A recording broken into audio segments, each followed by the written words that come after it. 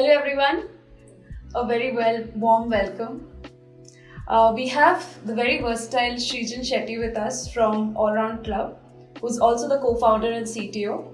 So Allround basically it's basically an online, global online school that provides live curriculars for kids, right? Yes. And to talk about Srijan, I think you were an alumni of IIT Kanpur and then moved on to working with Goldman Sachs, and then in between you were also working as a software developer before finally establishing Allround.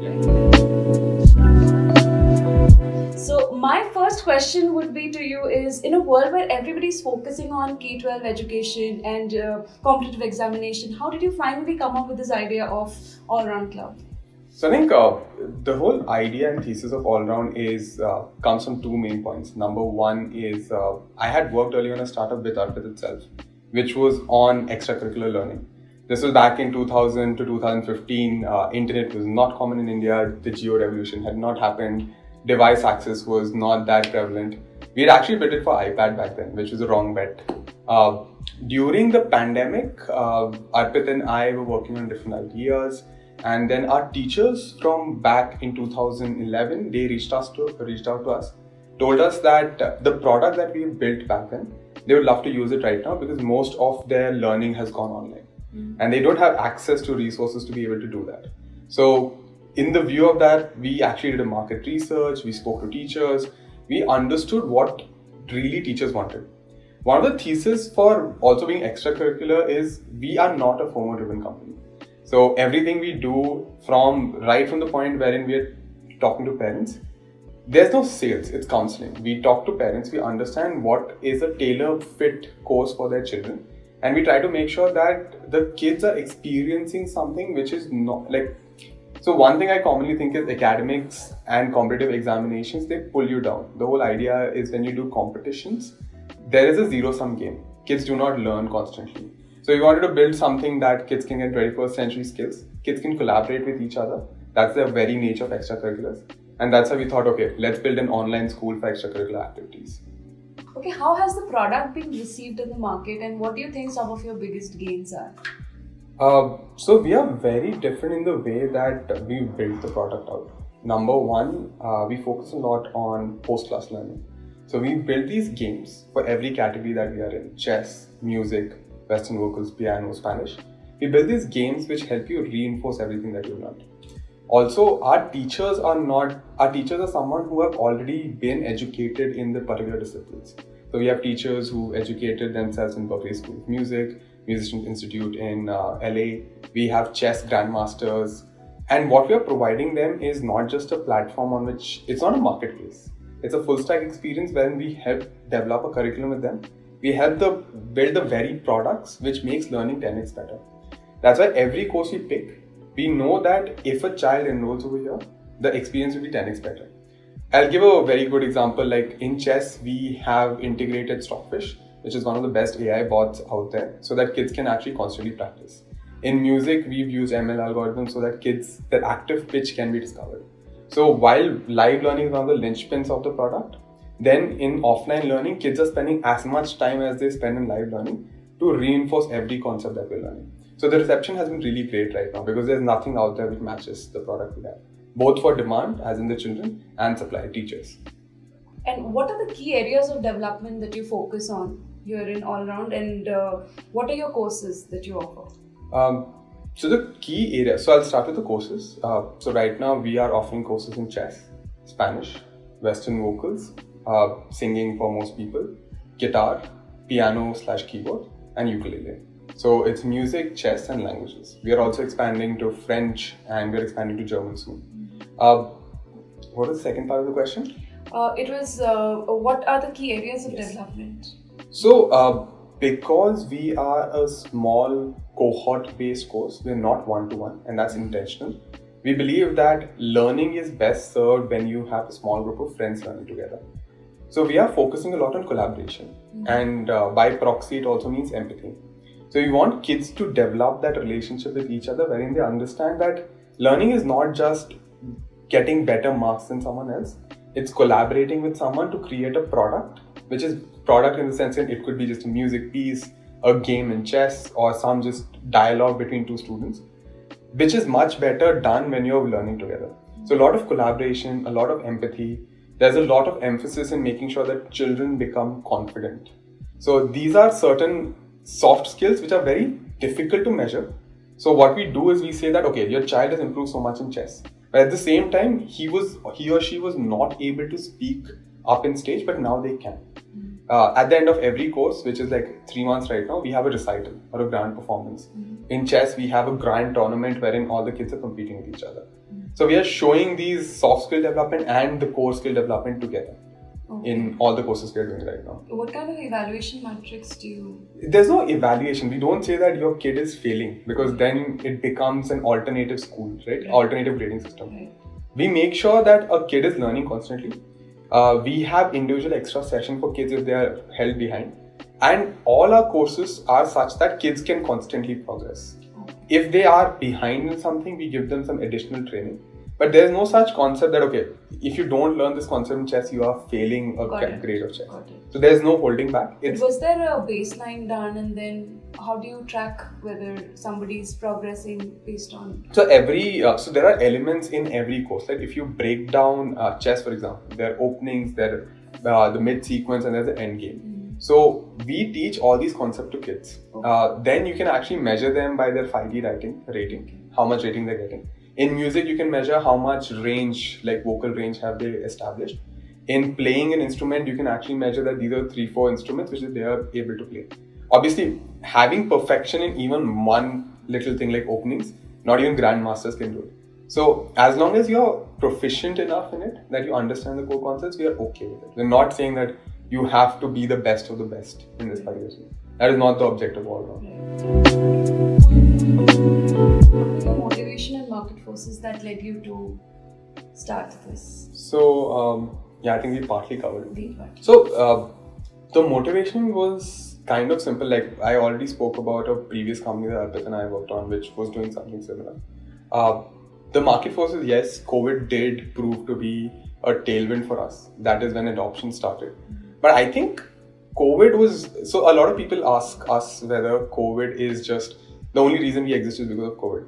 I honestly think that is not true anymore. A lot of parents have started to believe that learning online is possible, especially asynchronous mode of communication, because now we have kids from different countries and we have classes in which kids from UAE are interacting with kids from India and Indonesia and US.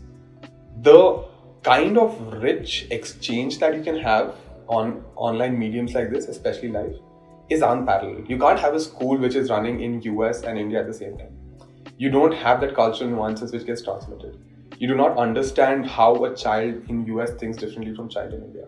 So now we think we're in a position because we have thousands of students with us. We now know that online learning is here to stay. Parents have realized that kids will always go online, use online mediums. So they have completely warmed up to this idea. So that is definitely a market force, but now I think we are independent. Like COVID really doesn't matter to us anymore. Right. What are some of your biggest accomplishments till date? I don't have an answer for that. I don't think, I think in that dimension that, okay, this is an accomplishment. I kind of go with the way things are. So it's just like having fun in everything you're doing. I don't have any answer for that this is the best accomplishment I've had. Okay. So what is next? What are your plans of growth and scaling up? So, two major dimensions in which Allround is growing right now. We are adding more categories. So we are adding more courses that we want to teach. We're also taking certain specific locations that we want to target. We recently launched in Indonesia and US. So we're trying to expand our base in both these countries. We have a very solid playbook for India. We have kids joining us every month. So now the whole idea is how do we make sure that the pedagogy and curriculum that we prepared at Allround, it's applicable to all countries. So that is what we are actually working on right now. So my next question is, are there any other companies that do what you're doing? And if yes, how is Allround Club different from them? So I think there were a bunch of companies which came and went away during the pandemic. Haven't really tracked all of them. There's obviously the question of, is Byju's doing it? Is White Hat doing it? In some form or other, they are doing it. But most of them are catering to one-to-one, right? Their whole thesis is that we want So essentially, what is the core thesis is the question over here. A lot of companies which do one-to-one, their core thesis is this is a tutoring market. We're just giving tutoring. For us, we want to build a school which is collaborative in nature, wherein kids can actually learn from each other. That is a fundamentally different lens to view learning in. So I don't see any other actually competition doing it. There are a bunch of actually companies which are doing it but have pivoted away. There's Kite who's doing it at some point of time. There's another company called Crejo which is doing it right now. But almost the entire market is opaque. So we do not know who's doing what, how many children do they have. But I think that's where we differ. We differ in the sense that we want to do like collaborative learning for kids rather than be a tutoring company. So no other major players doing it, but smaller players are springing up who want to do something similar. Okay, so what is your take on remote working, and do you think it's going to, it is the future of how teams going to work, and does it affect innovation and productivity? You can talk about on the context of all-round. Alright, so for the first year of our existence, because we started during when the lockdown started, and we've been continuing till recently. We've been mostly remote. People are in different parts of the country. I think it won't be remote per se. It'll be a hybrid setup. The whole idea that we are back to office with some people, because it's just human interactions which are missing, right? Remote is great. I think productivity goes really up when you are working from home. But then all the transactions that you have become transactional. Like if I have a co-worker with me and the relationship is I tell him to do something, he does it or she does it. They tell me to do something, I do it, and that's it. We have not been able to crack the whole relationship aspect on remote. So that's why we decided that we get people whoever want to come to Bangalore. We'll have a space wherein everyone can come and just collaborate with each other. So we have very few people in Bangalore right now, people who are okay with just meeting each other. We are mostly people who are deprived of just like staying at homes alone. I think it's going to be a hybrid setup. I still think that I need 3-4 days to just work at home alone, because that's the most productive I am. But when we're in office, meetings are really great. The behaviors are really great. You get to know each other. And especially in an early stage company which is doing 0 to 1, it has to be a family. It can't be just a transactional behavior. So it will be a hybrid setup. People will work from home. There will be people who are completely remote. And I think the future is that companies will set up a HQ wherein people will visit every now and then 2-3 weeks, so that you still have that relationship aspect. I don't think anything no product out there has cracked the relationship aspect of actual human interaction. So your headquarters are based out of Bangalore, right? Yes. This is the headquarters. You haven't registered. So we have a registered headquarters, but that is in Diamond District. That's where it's just a temporary residence. Okay. We do not have per se a headquarters. It's only for the stamp paper that you need a headquarters. A lot of young crowd in all-round club, right? Yes. In terms of how you've recruited. So what kind of a person would really succeed or would fit into all-round? The crowd is young.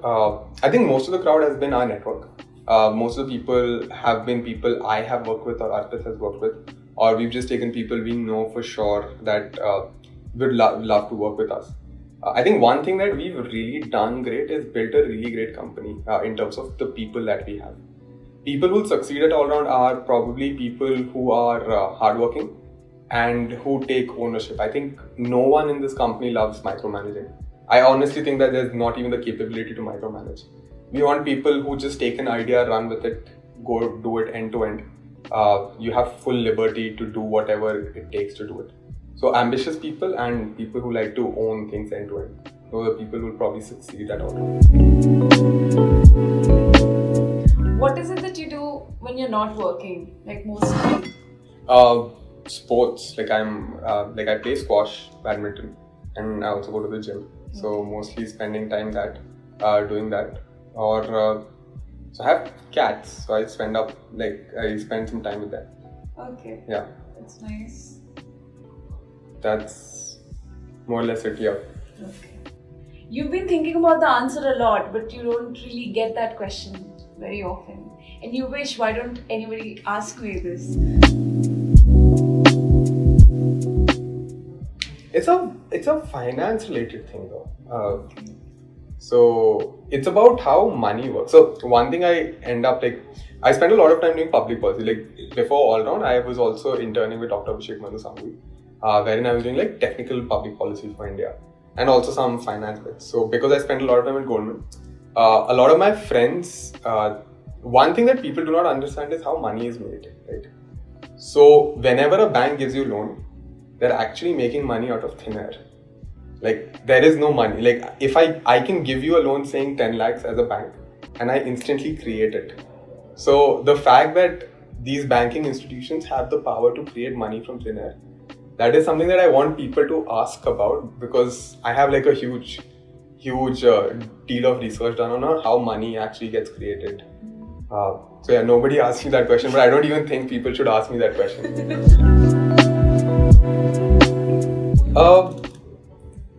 I don't. So it was fun. Like I really loved every aspect of Goldman, especially because I was working part time in Bangalore, part time in London. So I got that opportunity to be in both, best of both worlds. I've always loved Bangalore, so I didn't want to leave the city.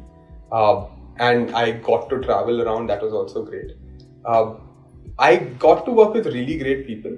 Again, I think the problem with a big institution like Goldman is sometimes you just look, because there's so many elements going on, you do not know the full picture, right? You are just relegated to one small corner of that universe. So that is something that I thought was the only downside. Loved every aspect of it, worked on teams which did 0 to 1. The only reason I left Goldman was just the opportunity cost, right? If you are young in India, I think this is probably the best time to start something. And I also think that two major ways to actually have an impact in the world. One is politics, second is building your own company. First one is very difficult. So I think the second one is the easiest route to take. Yeah. And if you're not doing this in India right now, it's kind of a waste of potential also. It's the best time to start a company here. That's what I think. Okay, Srijan, thank you so much for your time. So we loved the concept and we just really love the way you explain each and every aspect of all around. I think it's one-stop solution where, that kind of augments creativity and expression in kids, and that's what we're all looking forward to in this era, right? So look forward to many such conversations with you in the future as well. Thank you so much. Thank you for having me.